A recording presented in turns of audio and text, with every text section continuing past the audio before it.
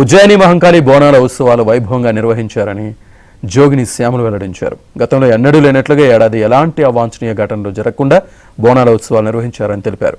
ఉత్సవాలను వైభవంగా నిర్వహించిన సీఎం రేవంత్ రెడ్డికి ప్రత్యేక ధన్యవాదాలు తెలిపారు.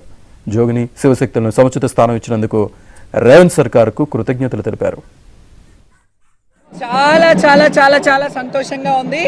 ఈ సంవత్సరం అన్ని సంవత్సరాలకెల్లా 32 ఏళ్లలో కనీ విని ఎరుగనంత ఆనందాన్ని నేను నిజంగా చాలా సంబరాశ్చర్యానికి లోనవుతున్నాను. ఎందుకంటే మా శివశక్తులకి, మా జోగినీలకి మొట్టమొదటిసారి ఇంత వైభవోపేతంగా లాంఛనప్రాయంగా పసుపు కుంకుమలతో సహా ఆడపడుచులాగా గౌరవం దక్కింది.